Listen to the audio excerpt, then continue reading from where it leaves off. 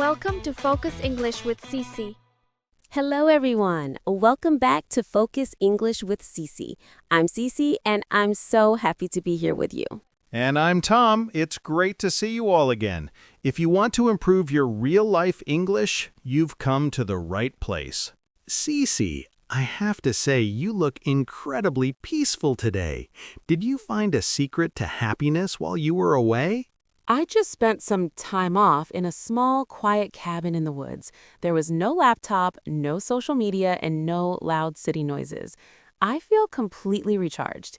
It's like my mind has been cleaned and feels fresh again. Time off. That is exactly what we all need right now. Most of us are always busy with phone screens, endless meetings, and long to-do lists. In this busy life, we often forget to just stop and breathe. Exactly. Many people think travel is just about visiting famous landmarks or taking beautiful photos for Instagram. But for me, travel is a recharge journey. It's about the peace you find inside when you disconnect from the stress and reconnect with yourself. I love that idea. Today, we want to guide you on how to have a trip like that. In this episode, you will learn how to prepare your mindset and create a meaningful bucket list, how to choose a travel style that fits your energy, whether it's a beach holiday or a staycation, how to pack smartly and stay positive even when things go wrong, and most importantly, how to find deep connections with new people and cultures. If you are feeling burnt out or just tired of your daily routine, this video is specially made for you. We want to help you find your energy again. We have so many stories and tips to share, but before we move to our next section about important travel vocabulary, please take a second to subscribe to our channel and hit the notification bell. Your support helps us grow and ensures you never miss our inspiring journeys. Okay, ready? Let's jump into the details of planning your best vacation yet.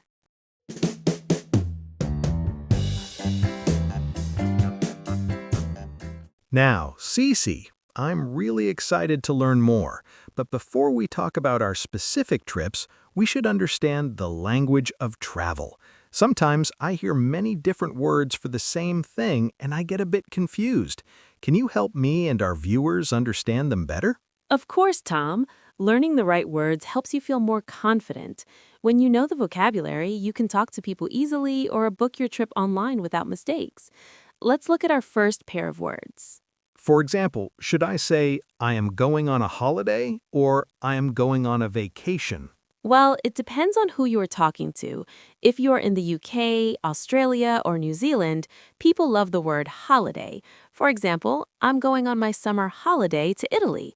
But in the United States and Canada, people usually say vacation. For instance, I'm taking a 2-week vacation in Hawaii. Both mean the same thing, a time when you don't go to work or school so you can relax. Oh, I see. So if I'm in London, I'll ask for a holiday. And if I'm in Los Angeles, I'll say vacation. That's very helpful. Exactly. Now, before you can have a holiday, you usually need to ask your boss for time off. I love that phrase. It sounds so relaxing. How do we use it in a sentence? Time off is simply a period when you are not at work. For example, if you feel very tired on Monday morning, you might tell your friend, "I've been working too hard lately. I really need to take some time off next month to visit my parents." It doesn't always mean a long trip. It could just be 3 days to stay at home and sleep. Speaking of staying at home, I heard a new word recently. Staycation. Is that a real word or just a joke? It's a very real and popular word. A staycation is a mix of stay and vacation. It's perfect for people who want to rest but don't want to travel far or spend a lot of money. Instead of flying to another country, you stay in your own city. You can visit a local museum, try a new restaurant, or stay in a nice hotel near your house. It's a great way to recharge without the stress of an airport. I like that. Last year I did a staycation. I went to a local resort and spent the whole day reading books by a pool. I felt like a tourist in my own neighborhood. That is the perfect way to do it. Now, to find inspiration for our trips, we often look at our bucket list. I've heard that term before. It's a list of things to do before you die, right? Exactly. A bucket list is all the dreams and experiences you want to have in your life. For many travelers, this list is what gives them energy. For example, seeing the northern lights in Norway is at the top of my bucket list. What about you, Tom? My bucket list is very long. I want to learn to make sushi in Japan and see the Eiffel Tower in Paris. Having a list makes me feel excited about the future. I agree. But to make those dreams come true, you need an itinerary. That's a difficult word to spell. What exactly does it mean? An itinerary is your travel plan. It lists where you are going, what time your flight is, and which hotel you are staying in. For example, on day 1, we arrive in Tokyo. On day 2, we visit the fish market. On day 3, we go to Mount Fuji. Having an itinerary helps you organize your time so you don't feel lost. I see. It's like a map of your time. Precisely. And all of these words lead us to our idiom of the day, to get itchy feet. Does it mean I have a skin problem? Not at all. If you get itchy feet, it means you have a very strong desire to travel. You feel like you've been in one place for too long and you want to go somewhere new. For example, every time I see a movie about the ocean, I get itchy feet. Oh, I have itchy feet every single day then. I'm always looking at flight prices. So, Cece, once we have itchy feet, how do we actually start planning? Where does the journey begin? That is a great question. Planning can be a bit scary, but if you do it step by step, it's actually very fun. Let me share my 5 steps for a perfect preparation. First, look at your bucket list. Ask yourself, what does my body need? If you are very stressed, don't choose a busy city with millions of people. Maybe choose a quiet beach or a forest. If you want adventure, choose a place with mountains for hiking. That's smart. I should choose a place that helps me recharge, not a place that makes me more tired. Next, you have to think about money. You don't need a fortune, which means a huge amount of money, to have a good holiday, but you need to know how much you can spend on food and hotels. I always save a little bit of money every month in a travel jar. Should I book my flight first or my hotel first?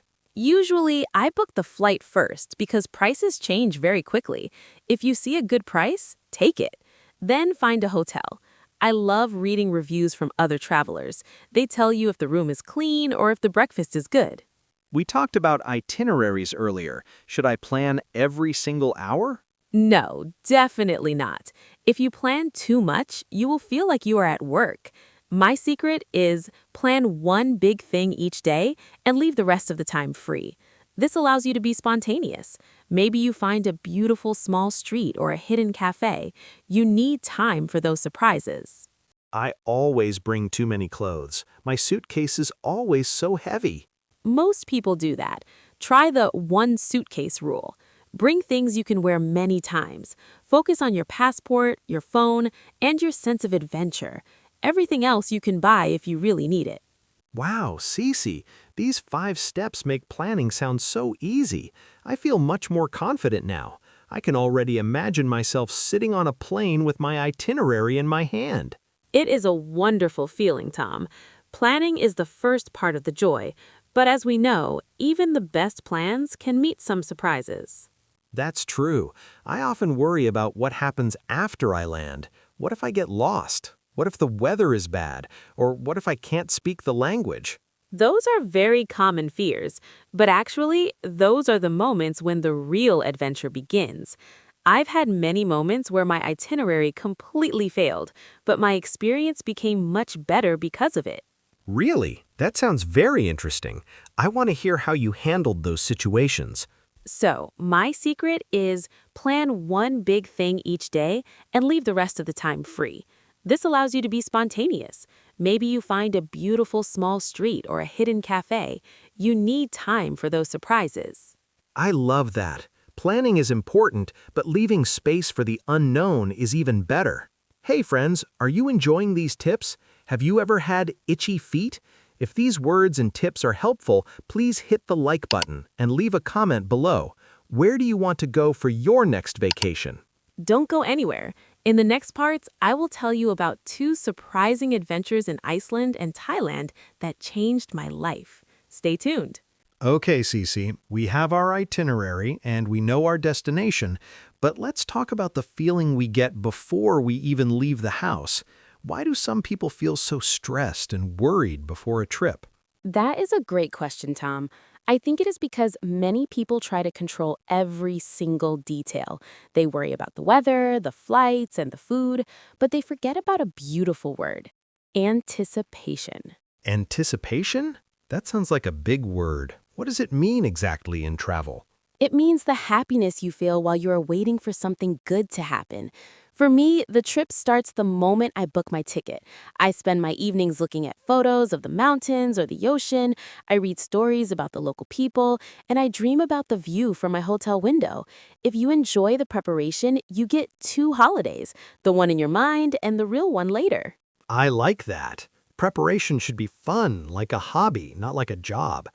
I usually spend 2 hours every night watching YouTube videos about my destination. It makes me feel like I'm already there. Exactly. But remember, don't overplan. If your itinerary is too full, you'll feel stressed again.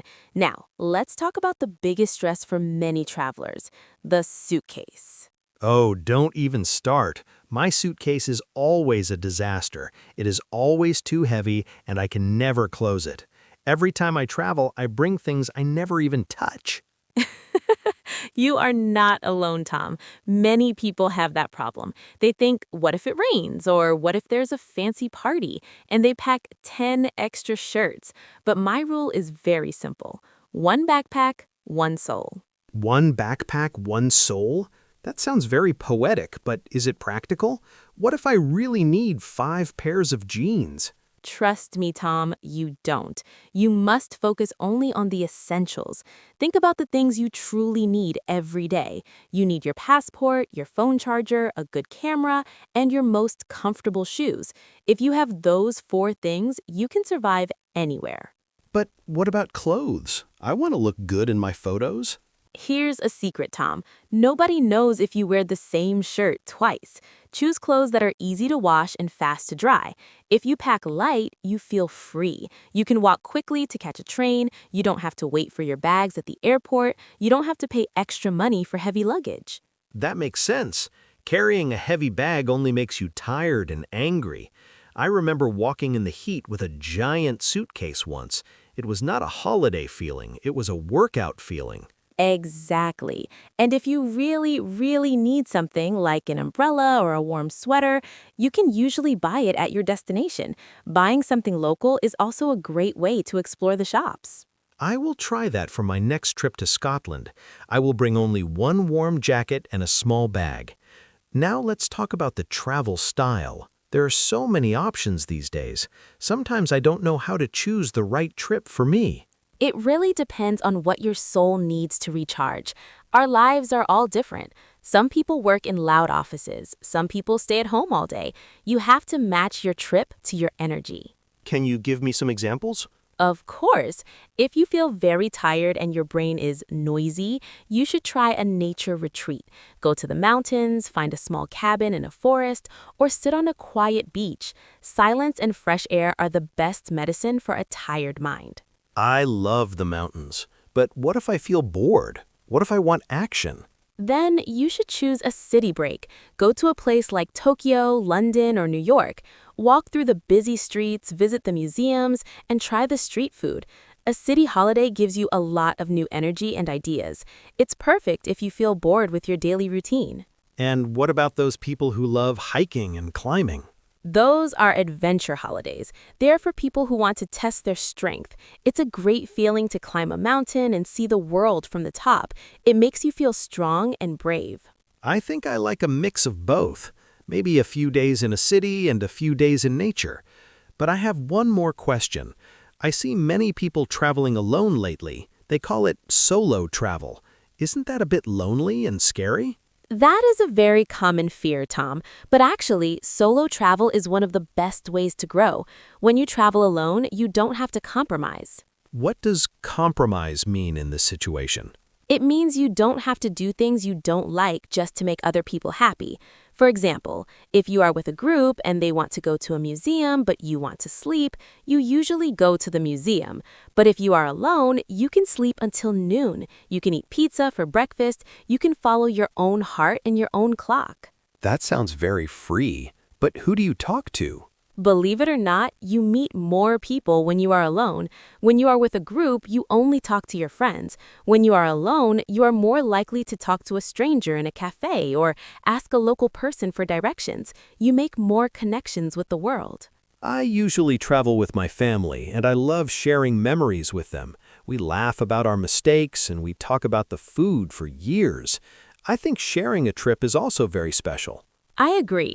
Traveling with family or friends builds a very strong bond. It's beautiful to look at a sunset with someone you love.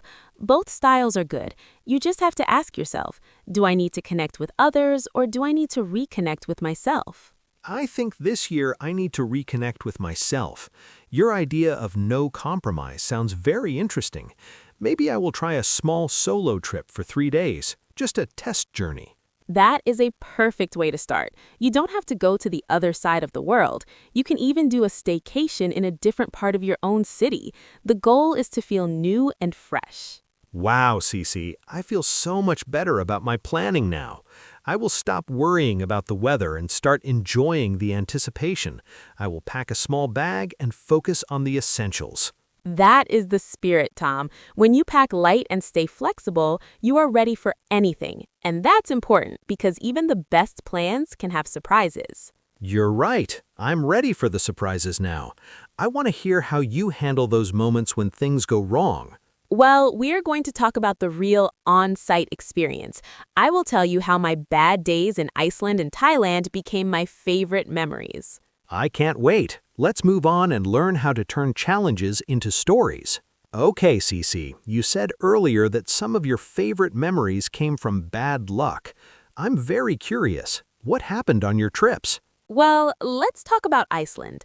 I went there in the winter because seeing the northern lights was at the top of my bucket list. I spent 5 nights waiting in the cold, but every night it was cloudy and rainy. I couldn't see anything. Oh no. Were you very disappointed? At first, I was sad, but then I decided to be spontaneous. Instead of looking at the sky, I went to a small local hot spring in a tiny village. I sat in the warm water while the snow fell around me. I met a local farmer and we talked about life in the north. It was so peaceful and magical.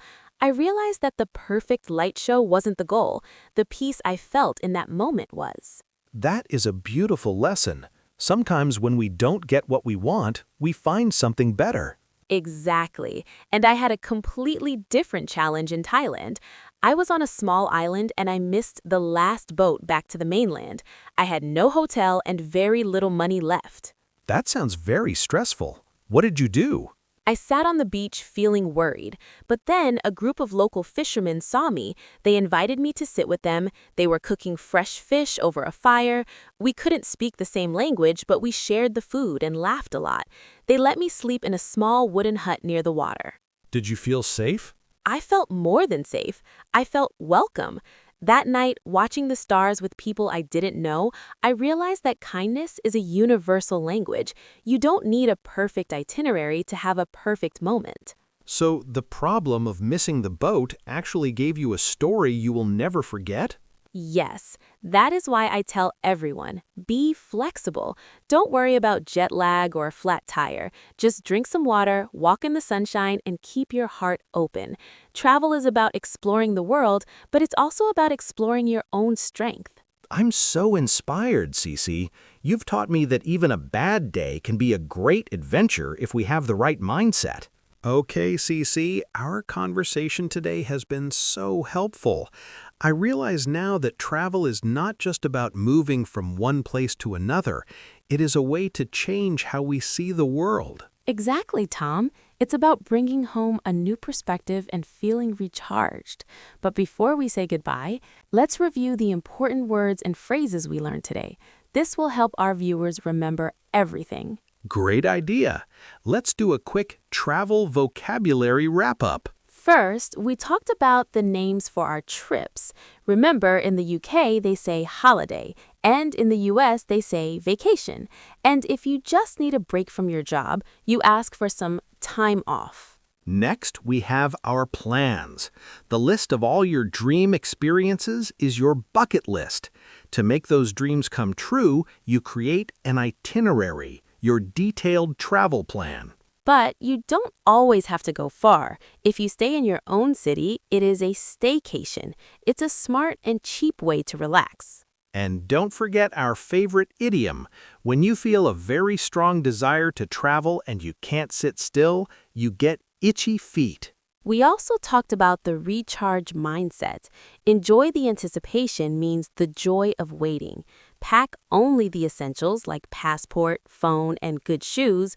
Be spontaneous and flexible means don't worry if things change. And most importantly, look for connection with nature and people.